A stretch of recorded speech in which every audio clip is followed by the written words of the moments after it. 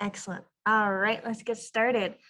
Welcome, everyone. I'm Em. I'm one of the librarians here at Rockland Public Library, and we are so thrilled to be hosting today's talk. I'm happy to turn it right over to today's speaker. Ed Robinson grew up in the beautiful Finger Lakes region of Western New York and developed a deep love for wild creatures and the natural environment. Since moving to Orr's Island, Maine from England in 2007, he has been exploring this beautiful state and writing about the creatures that live here. Ed recently published his second book, Nature Notes from Maine, Puffins, Black Bears, Raccoons, and More, with the profits benefiting public education and conservation of the environment around us. And I will turn it over to Ed. Go right ahead for your talk. Thank you very much. I'll see if I can get these slides up and running.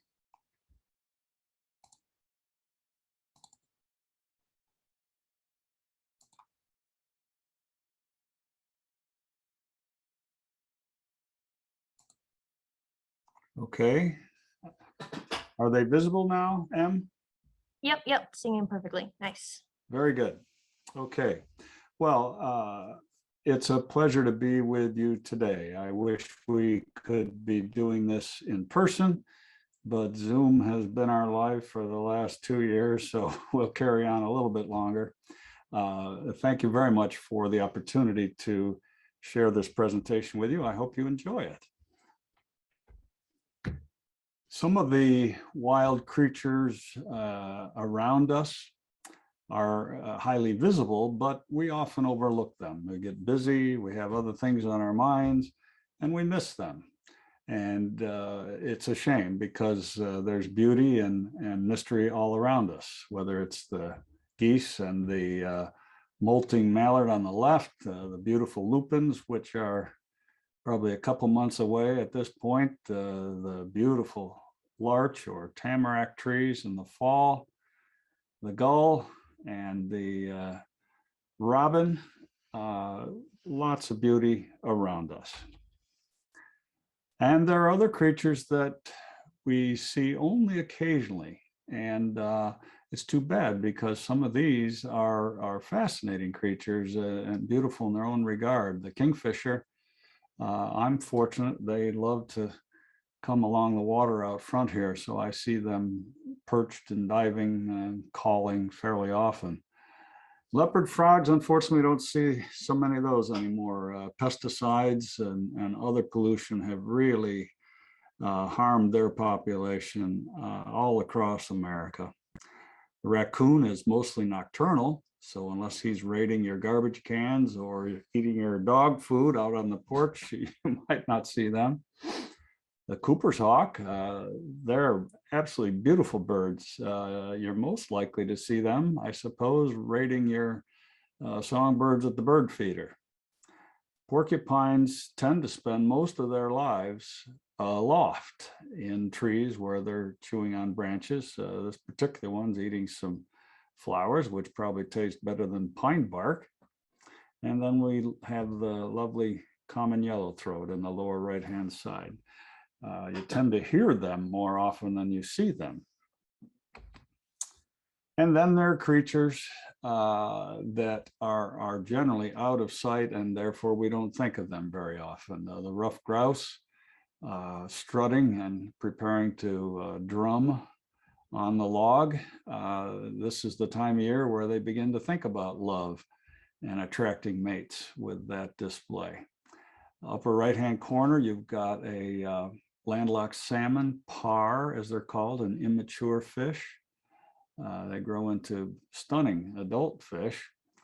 On the lower left-hand corner, we have a meadow vole, very common, cause a lot of damage to landscaping in some yards and provide a lot of food for all kinds of predators like this beautiful cat on the right, a bobcat. I wanted to focus on several creatures in this presentation. All of them are described in the book in more detail.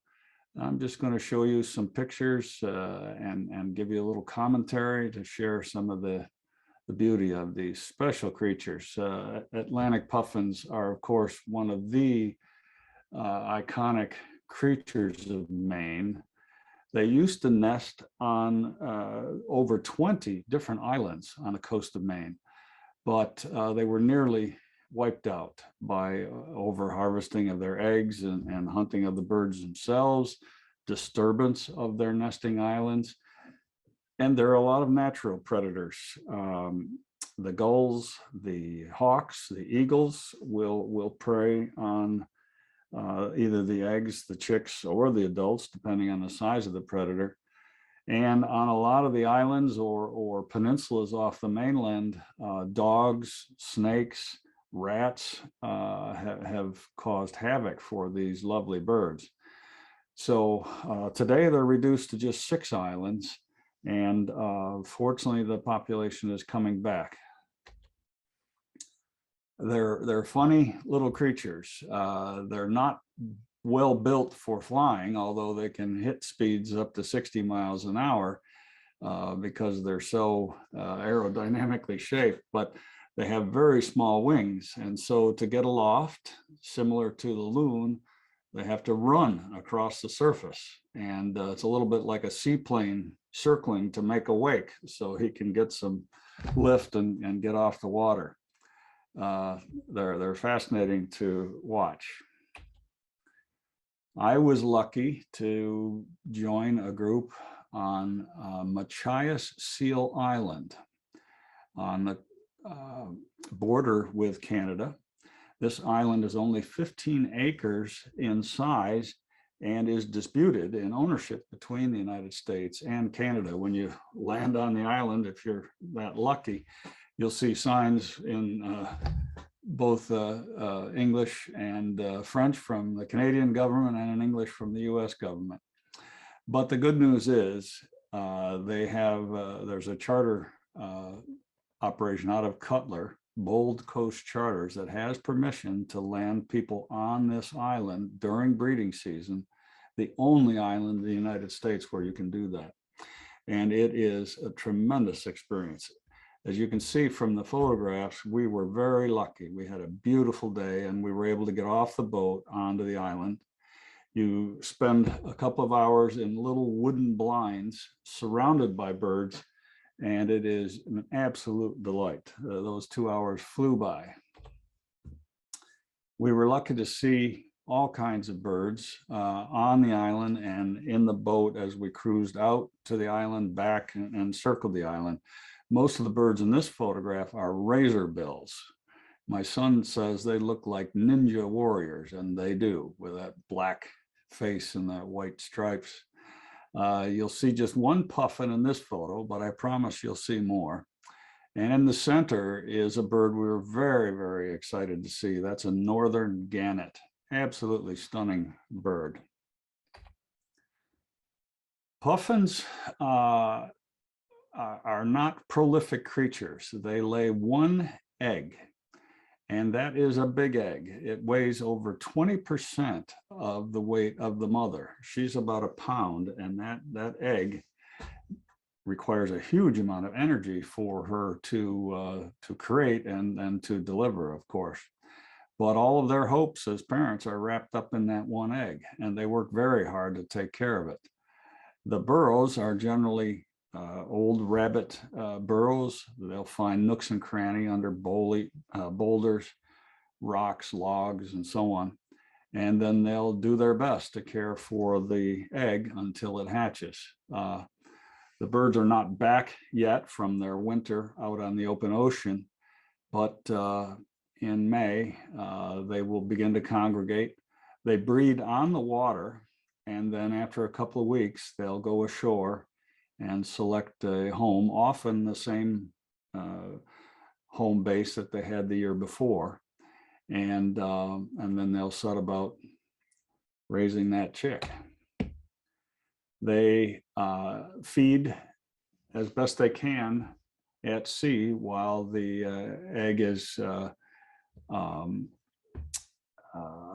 they're waiting for the egg to hatch. And then of course, once the chick has hatched, they'll take turns. And ideally they can feed close to the island because it takes less energy and less time to find food that they can use for their own energy needs, but also to feed a chick once they're born.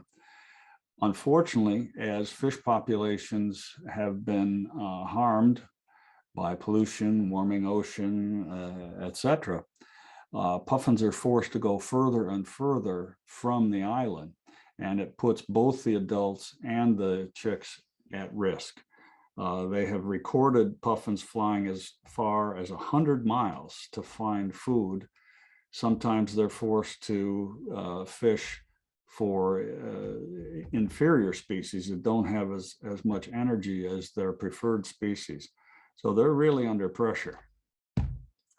They're fantastic birds. Not only can they fly very capably once they're in the air, but they can dive as far as 600 feet. That's just astonishing depth for a bird of that size. They have species that they prefer and those that are most productive for them. But as we all know, smelt, herring, cod, I mean, these are species that are under great pressure from overfishing, dams, pollution, etc. And it makes it difficult. Last year, because of heat and because of problems in the ocean, on Machias Seal Island, they estimated that only 6% of the chicks survived. There's roughly 4,000 nesting birds on that island. So that means only a handful of chicks were fledged last year. Puffins are a photographer's dream. And if you're on this island or places like Newfoundland, Greenland, Iceland, the Faroe Islands, where you can see puffins as well, it's just magic to be around them. And we were lucky to have this beautiful bluebird sky and very little wind that day. So I got some great shots. I took over 2,700 photos on that day trip out there. They're just wonderful to look at with the colorful feet and those big, bright colored bills. The bills are short-term phenomena. They grow a sheath on their normal bill, and because of colorants in their diet, particularly a dye, or not a dye, but a natural colorant called astaxanthin that they get from shrimp and krill and other small creatures, that gives them this lovely reddish, orange, yellowish color. But when the breeding season is done and they go off to sea, they will actually drop that sheath and go back to a gray, black, and white color scheme, and the color of their feet will dull as well. In the puffin world, the brighter the color and the more robust the beak, the more sexy the puffin, particularly the males, because it shows vigor, it shows health, good genetics, etc. So the females apparently are looking for the brightest orange mate they can find. So now we'll shift gears and talk about another creature that most folks never see or rarely see unless you happen to know some area where they congregate or hibernate or rest during the day. Our population in Maine is robust and growing rapidly. In fact, there's a lot of concern in the Department of Inland Fisheries and Wildlife that the bear population is growing too fast. Black bears tend to be secretive. They tend to avoid humans. They prefer to be left alone in quiet areas to live their lives. But when food is scarce, then man becomes a source of food, and that type of interaction can be problematic, especially for the bears, but also for humans. We don't want to run into them with our cars. We don't want them in our backyards if we can help it. The mother will often put the cubs aloft in a tree for safety if she's feeding, or if she senses an intruder, a risk of some sort, she will tell the cubs in an abrupt manner to go aloft, and they're pretty safe there. There aren't too many predators in Maine that would take on a bear anyway, but certainly not aloft. A friend of mine was watching black bears from a stand in northern Alberta many years ago. And he had a delightful time with his video camera filming a couple of cubs that came in, and they came down the little tree that they were working on and suddenly ran up the tree that he was in, which was fine until the mother came out of the woods and decided that she wasn't too happy smelling a human in the same tree where her cubs were. She started to climb up the ladder he used to get into his seat, and he had no weapons. So this was a pretty nervous time for him. Fortunately, he spoke to her in a gentle, quiet voice, and she didn't like his smell or his look. And before she reached him, she gave a loud woof, and the cubs came flying down the tree, and the three of them retreated. But he said that was a little bit more excitement than he'd planned on with his video outing. Black bears are opportunistic omnivores, meaning that they will eat just about anything, and their diet changes throughout the seasons. When they first come out of their den in the spring, their digestive tract has basically shut down. They've lost 20–25% of their body weight, particularly a mother who has been nursing a cub or several cubs in the den. So they'll start eating grass. And that helps flush things out and gets their enzymes and their microbes going again. They will also eat carrion, like this dead deer that's shown in the lower left-hand corner. That is a source of protein, and they're just desperately hungry for that kind of meat, but they don't necessarily have the energy to go catch it. They are serious predators of fawns, deer fawns, and other small creatures. Even though a fawn is born with almost no scent that allows it to avoid most predators, the bear has an exceptionally capable nose. And over the years, they learn where does give birth and where they're feeding and trying to protect their fawns. So the bears will prey upon them.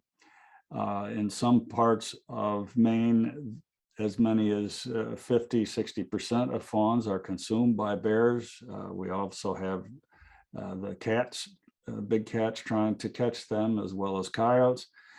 Out west, in places like Yellowstone, as many as 95% of elk fawns are taken by bears, and in that case, mostly grizzlies, but it's a big source of protein for these bears. In the spring, they'll come in and hit your feeders if you leave them up too long and you live near bear country. Later in the year, of course, honey and honey bees are treats. Fruit of all sorts. And if you leave your grill lying around with lots of food on it, or you leave dog food out, you're going to attract bears and probably not be too happy with it. They also have other dietary needs, and some of these seem kind of funny for a creature the size of a black bear. If you hike in the woods very often, you'll probably have seen logs that have been torn apart, shredded, rolled over.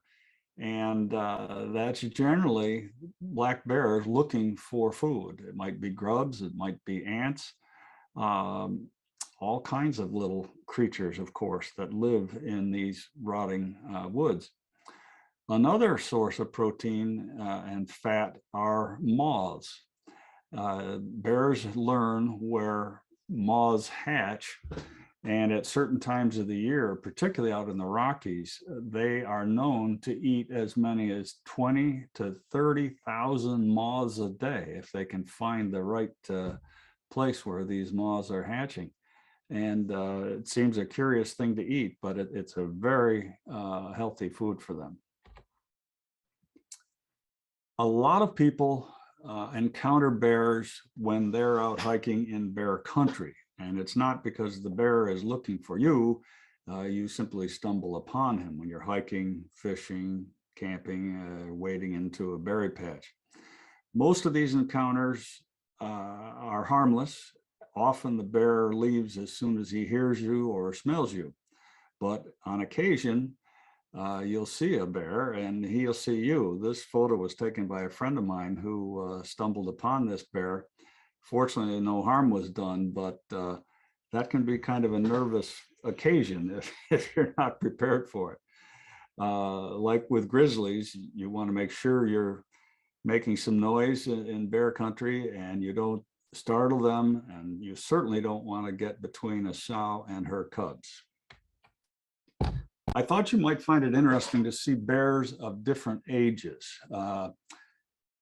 Trying to age bears and to identify the sex of bears can be very difficult.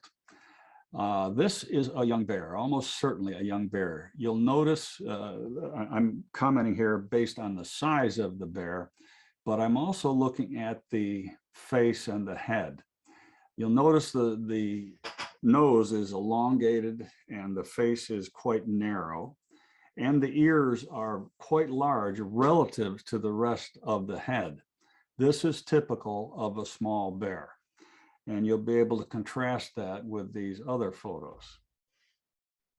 This is quite likely a mature sow or female. You'll notice that the ears are still fairly prominent relative to her head, but she obviously has a much larger body than that first one. Notice that the face is still fairly narrow, not a lot of width across the skull. So she could be a mature but young sow, let's say 5, 6, 8, 10 years old. Remember, they'll live up to 30, 35 years old, but she doesn't have a real wide face. Compare that with this bear, which is almost certainly a very large, mature boar or male bear. Notice how small those ears look now in comparison to the rest of the head, and notice the width across the skull. His appearance is completely different from those other two bears that we've seen. Bears hibernate in caves if they can find them. They're very good at digging, so they can excavate a den. Very commonly, they'll look where a tree has blown over and brought the root ball with it. That's a good place for them to get into. Up in a sand bank, an area of soft earth, they'll get in there.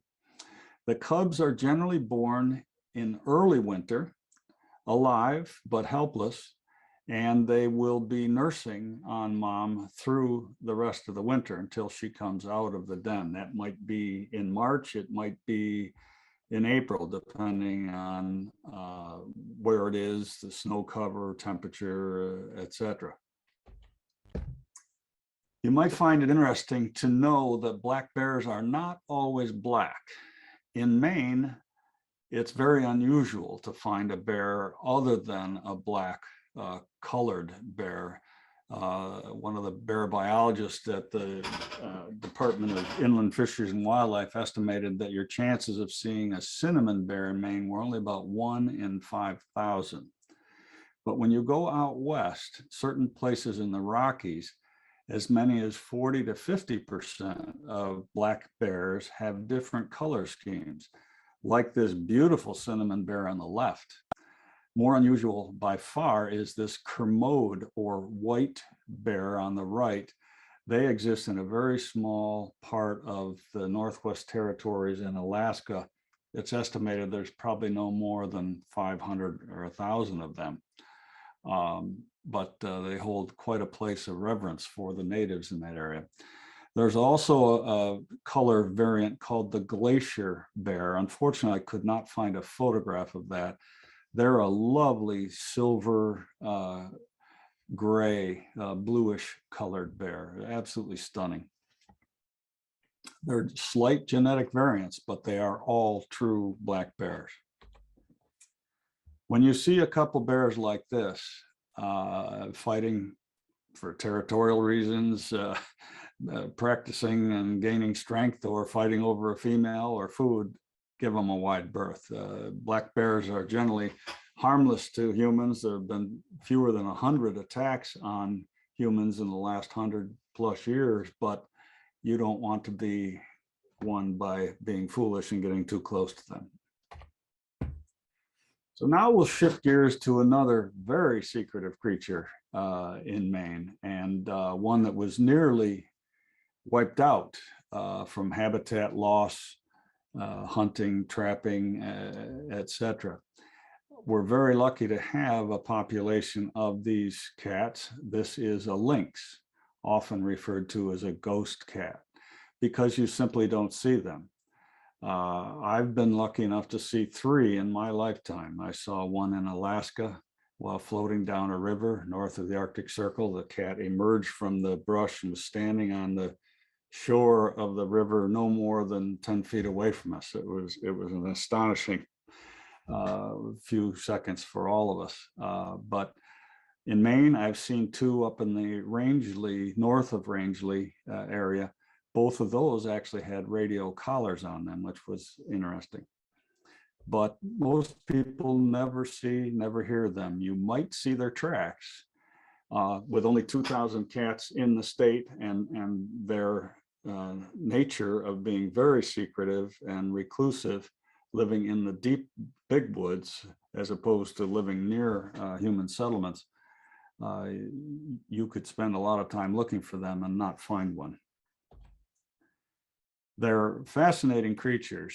You'll notice how big these feet are. They can stay on top of the snow in the winter in a way that very few other creatures can. That's important to help them avoid predators like the coyotes. A pack of coyotes does not want competition from a lynx, so they are willing to go after them. You'll notice the tracks in the snow here. This photo probably was taken on a logging road, where it's not unusual to see cats crossing.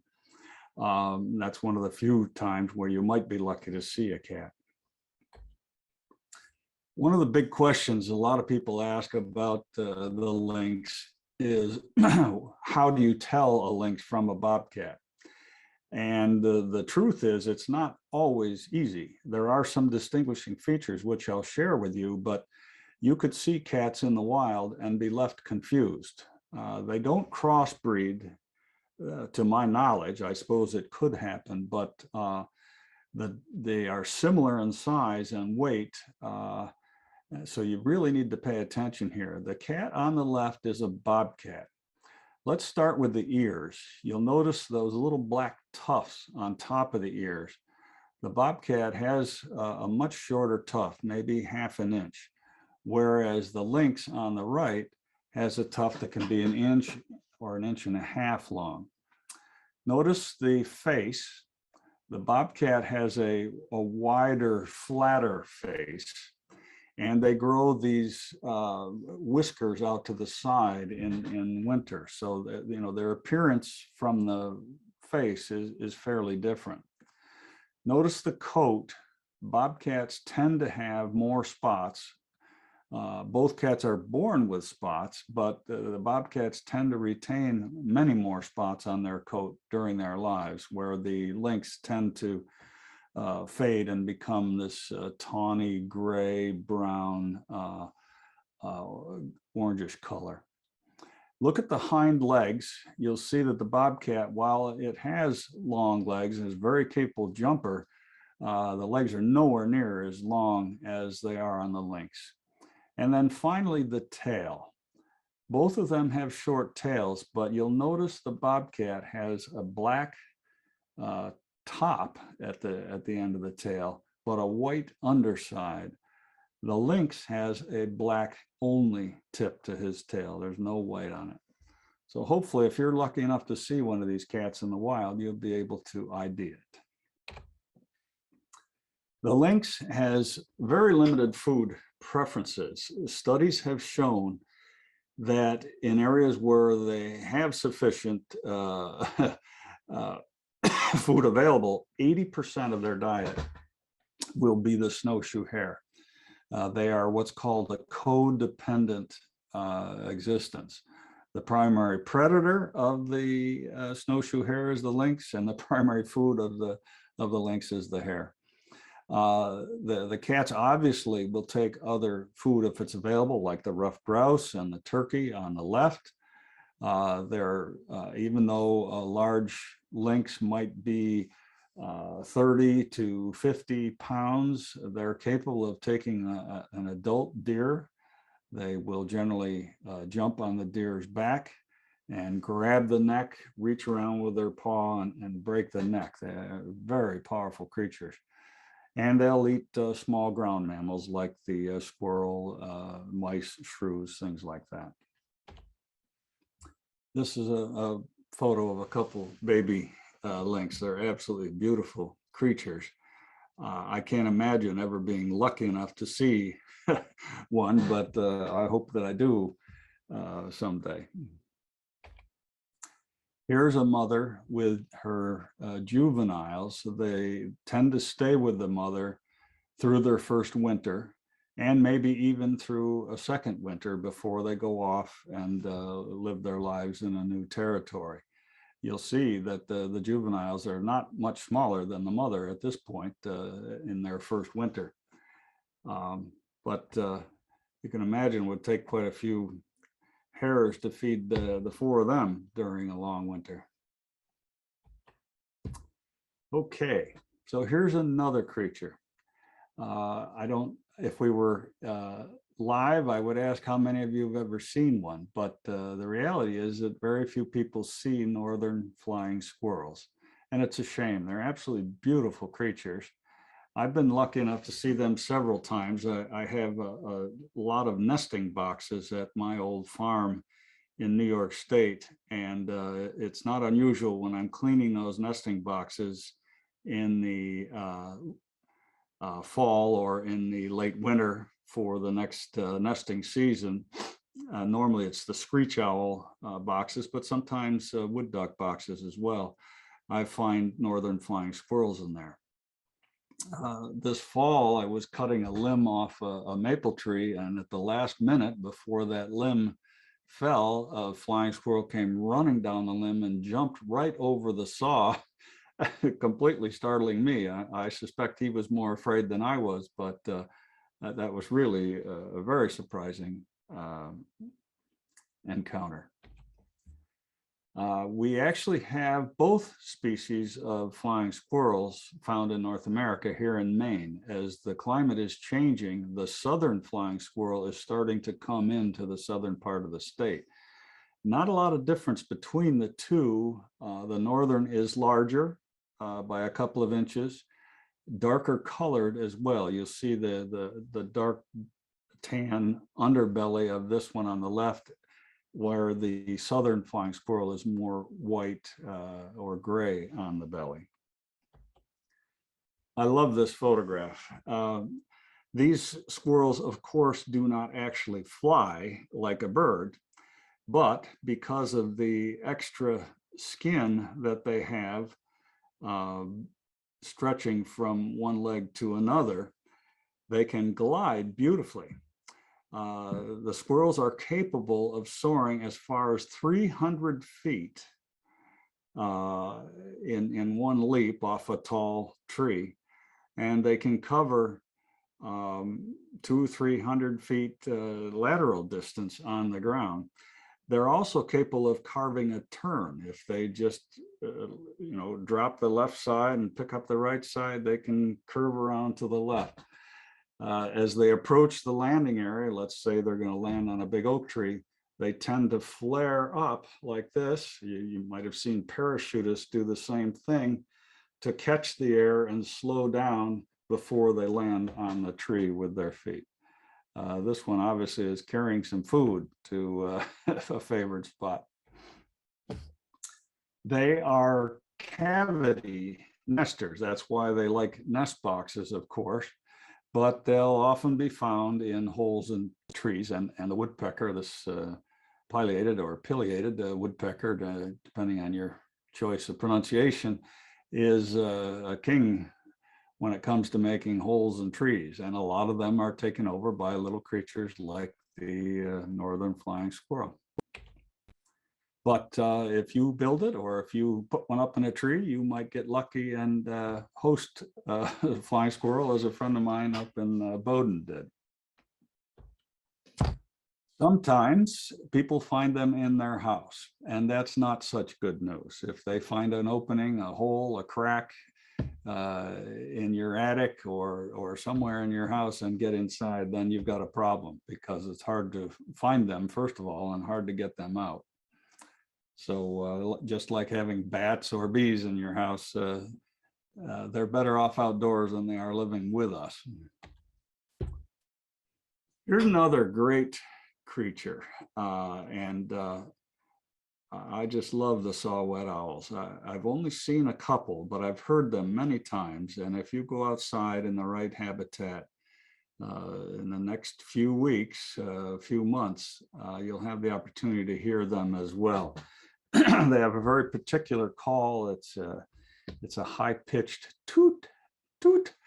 And the males will do this for weeks on end, sometimes as late as July, hoping to attract a female.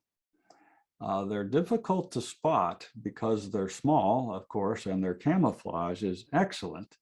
And they're mostly nocturnal, like most of the owls.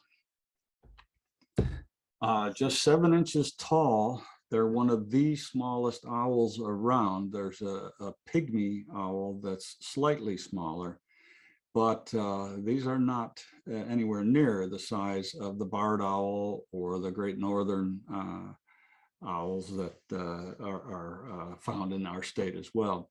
They have a very large wingspan. 20 inches for a bird that size is surprising.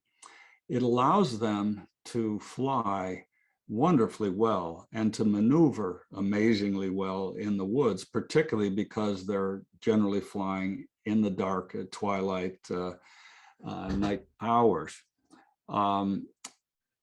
That is one of the great strengths when they're out trying to find prey. They will take bats, for instance. Bats, as you know, if you've ever seen them flying, are amazingly acrobatic. But an owl is capable of catching them on the wing.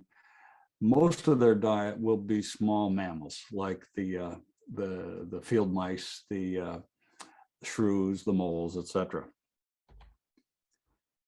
They are often found perched during the day if they haven't retreated to a hole somewhere. They're often found perched in conifers, and they may be as low as 5-6 feet off the ground. So if you're walking through that kind of habitat, keep your eyes peeled. You may actually walk by a saw-whet owl and be able to spot them. They're quiet, of course. They're not making much noise, and they don't move very much during the day. So you'd have to be pretty alert to spot one. The owls as a class are amazing creatures in that they have incredible rotation of their necks. You know, we can rotate our necks maybe 180 degrees. As we get older, we lose some of that rotational ability. And we can tip our heads a few degrees. But an owl makes us look like we're positively stiff. I mean, they can rotate their head 3/4 of the way around, 270 degrees, and they can tip their head nearly 90 degrees. So they have incredible flexibility there. The other thing that's interesting about them are their eyes.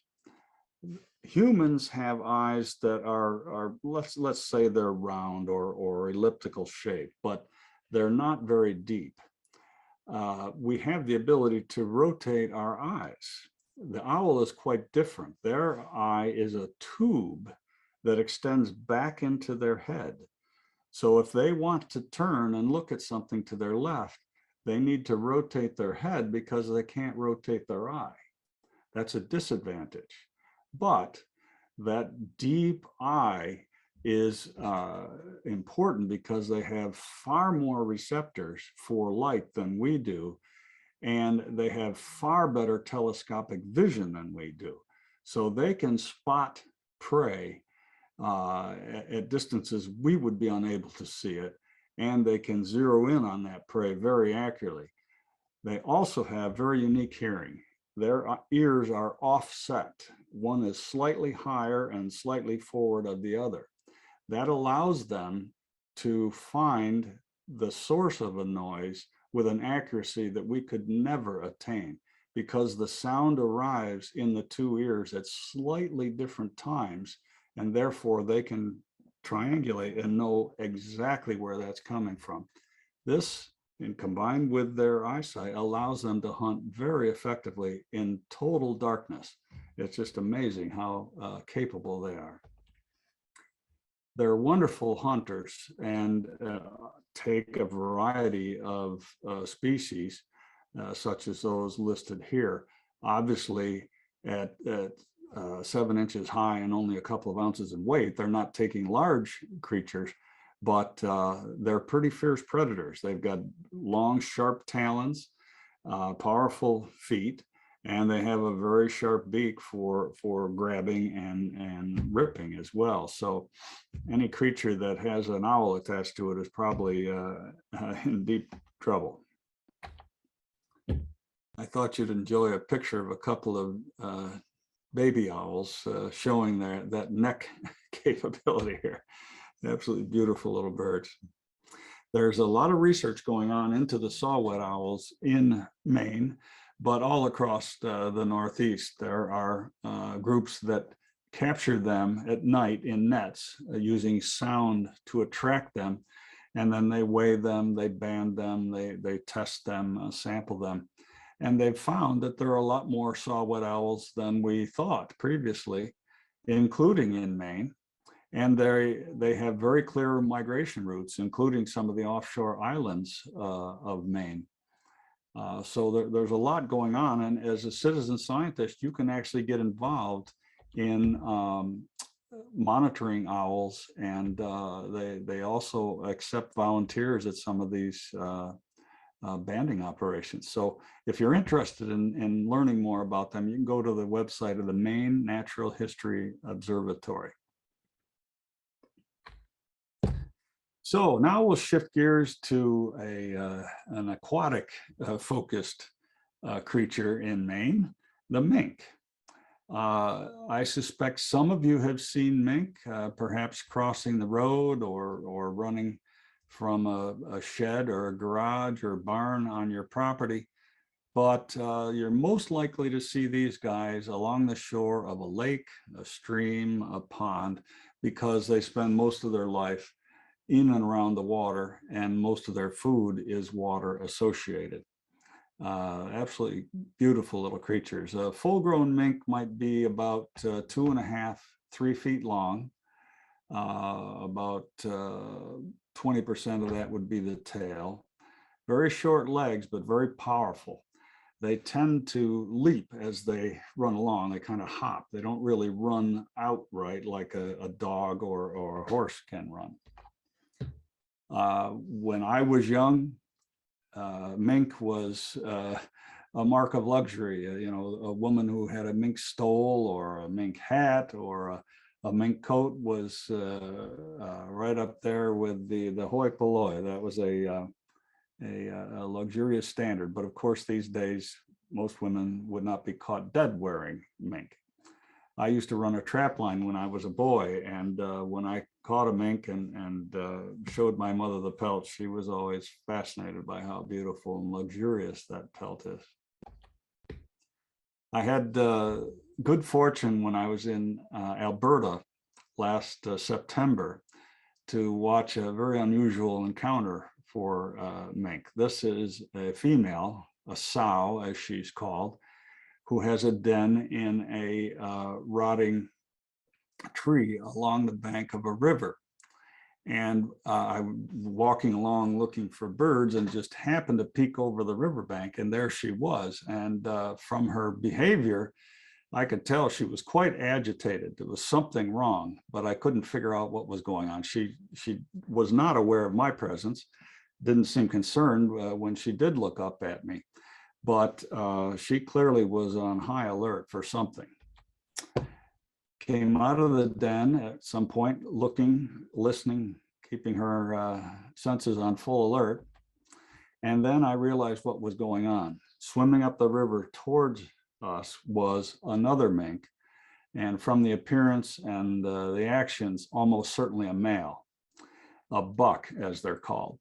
And this guy clearly was interested in this female, but she equally clearly was not interested in him.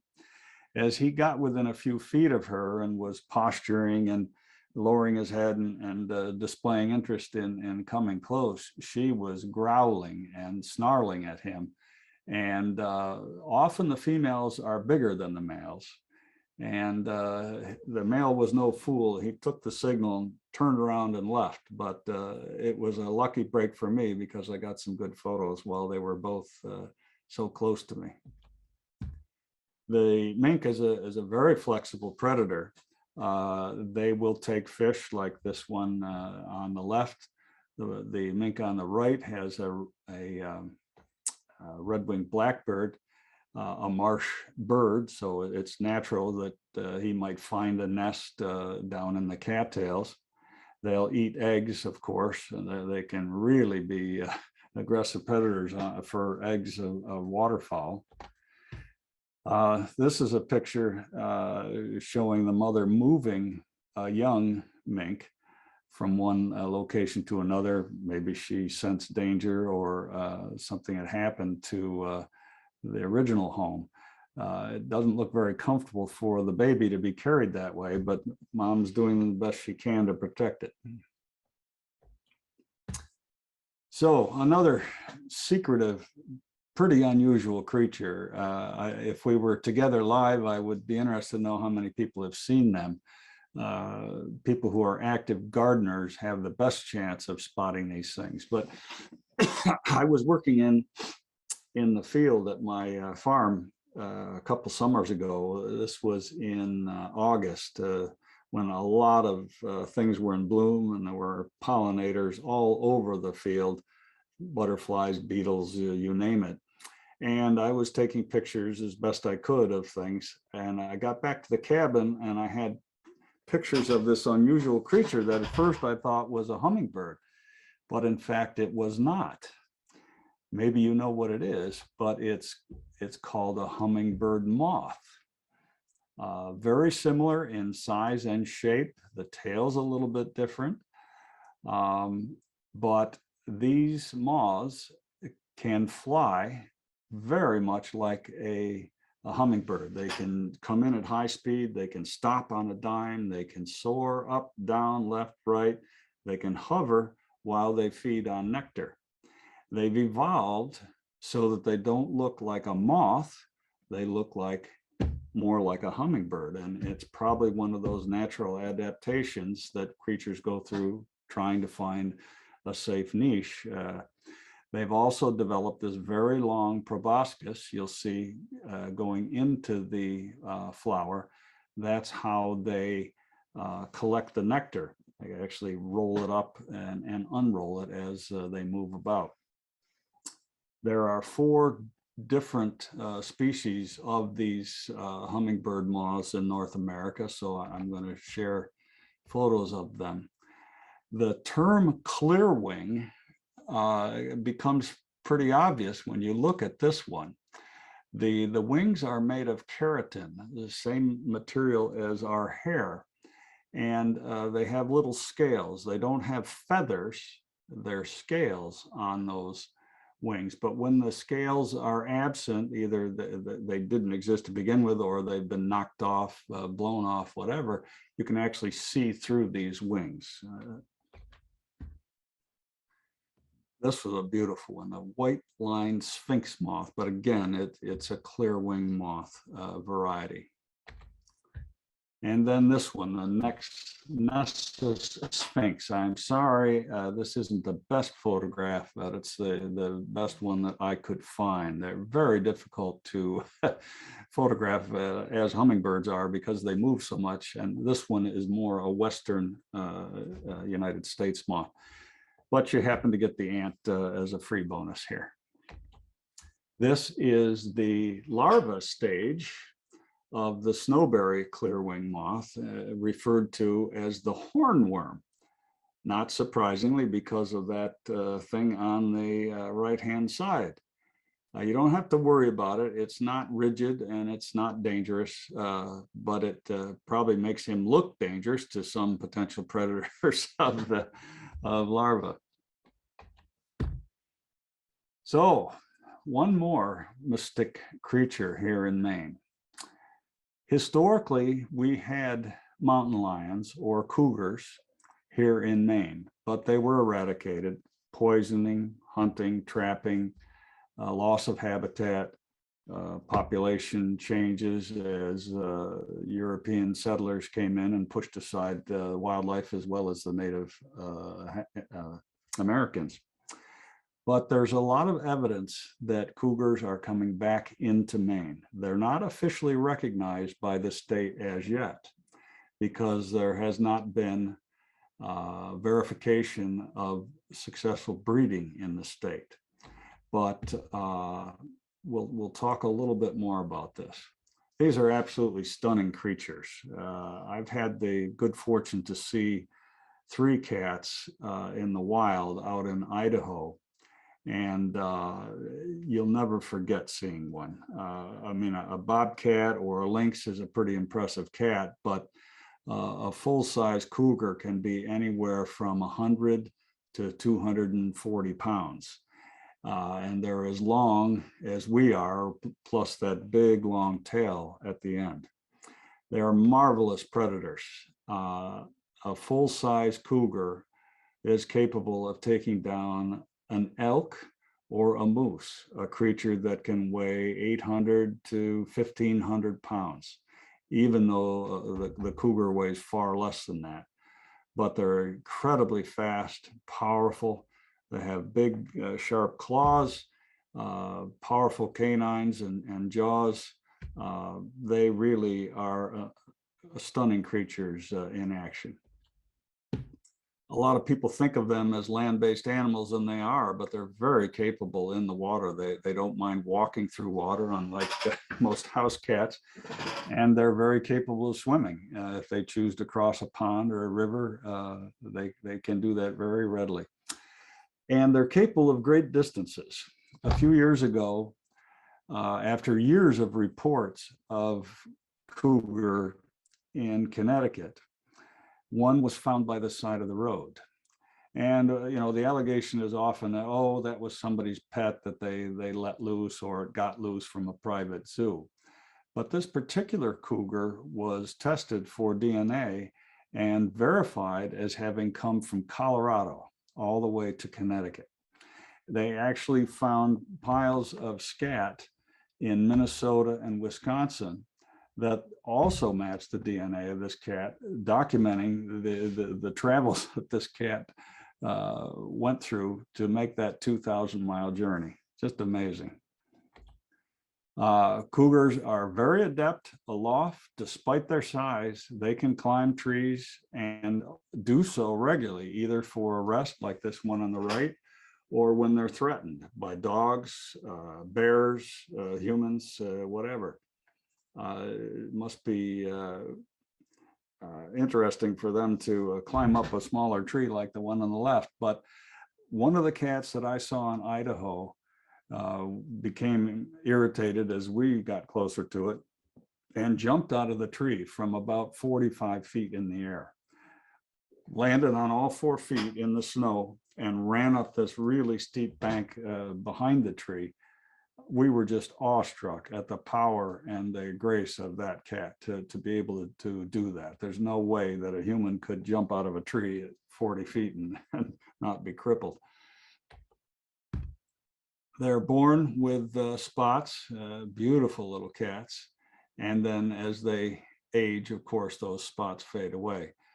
Mom is a very good caregiver for her babies, and I suspect would put up a ferocious fight if those cats were threatened and she was nearby. They are amazing predators, as we've discussed here in Maine.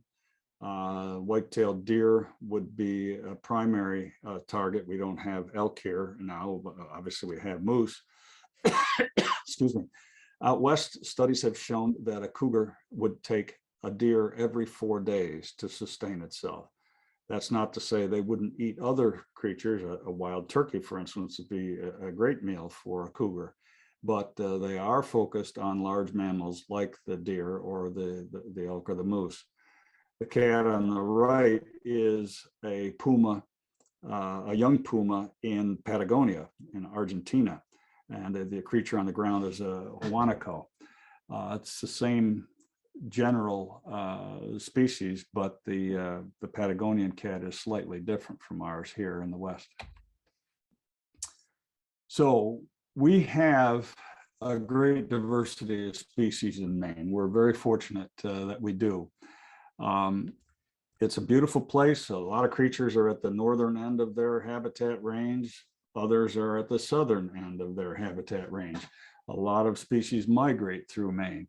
And of course, we have the ocean as well as land-based creatures. So for someone like me, who's fascinated by wildlife and the outdoors, it's just a fantastic playground.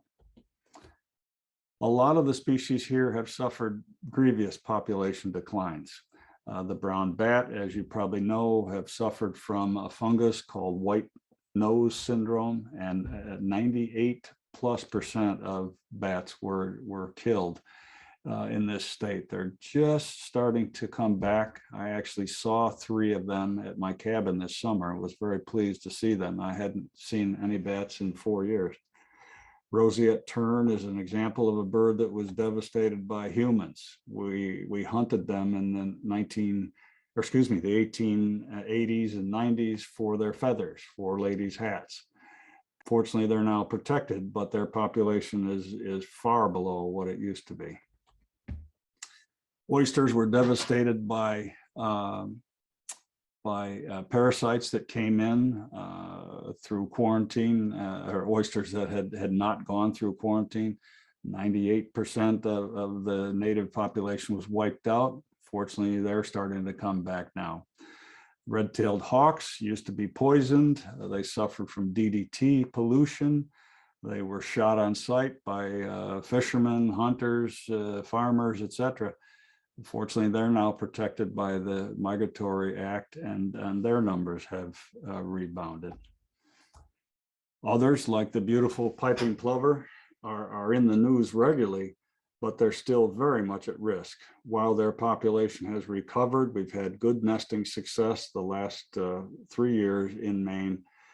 One big storm, a hurricane, could wipe out entire colonies of these birds in the summer. And then we'd be back where we were a few years ago. Some species need a helping hand. The brook trout, there's a lot of efforts trying to protect the native waters. Maine has 95% of the original habitat of brook trout here, and the Fish and Game Department is working very hard to stop people from dumping bass and pike into brook trout water so that we can protect that species and the landlocked salmon as well. Monarchs, they need milkweed. And when we kill milkweed with herbicides, or we replace fields with housing developments, we make life miserable for monarchs. The population of monarchs in California has plummeted by 95 to 98% the last few years. And in Mexico, where these monarchs end up spending the winter, they've actually gone in and pirated timber out of their resting spots. So, you know, man can do a lot of good for wildlife, but we've done far more harm historically. The bottom line for all of these creatures is they need habitat that's specific to their needs, meets their needs for food, water, and security, and often in big blocks. Small little patches of remaining wild habitat is often not enough to sustain these creatures. So the work that land trusts and other conservation organizations and state and federal governments do is absolutely critical to save the species that we love to see and value so much. I want to thank the photographers who've helped with this presentation. As Em mentioned, I have 2 books that are available. All of the profits from those books benefit conservation and public education. They're available widely here in Maine and neighboring states in bookstores. You can get them from the Land Trust. And if you like the ebook versions, you can get them from Amazon. Thank you, and I'd be happy to address any questions that people have. Excellent. Thanks so much, Ed. You're I think I'll start out with a question. You have 2 volumes of your book out now so far. What are some species that you would love to address if there were a 3rd book that you'd be working on? Well, I'm actually writing a 3rd book as we speak. The first one had some of the icons, the moose, the loon, etc. It was written originally to give to major donors of the local land trust, but people started asking if they could buy the book. So we said, well, yes, we'll sell you the book. And we had to go into another printing. We're just about to do the 3rd printing of that book. The 3rd book is going to be Nature Notes from America. I've had requests for stories about species, not necessarily here in Maine, but creatures that we're aware of, like the Rocky Mountain elk or the snow goose, pronghorns out west. So that book will be available next year, and we'll have 40 species spread around the country. Excellent. Thanks so much. Any other questions? No, I would ask you, has any idea why the caribou, when they try to bring them back, didn't seem to make it? Yeah. One question from our in-person audience here. When we tried to bring the caribou back, do you have any idea of why they didn't make it? Why? Yeah, caribou did live in Maine historically, but they were at the extreme of their habitat range at that point. And the problem was that they need fairly specific temperature ranges, food species, etc. And as humans, or I should say humans, as European settlers came into Maine and began to carve up the forest for farms and hunting creatures for food, the caribou suffered. There have been at least 2 attempts that I can recall to reintroduce caribou to Maine, but they were unsuccessful. The caribou weren't protected very well. And I think a 3rd problem was probably brainworm that the white-tailed deer can spread.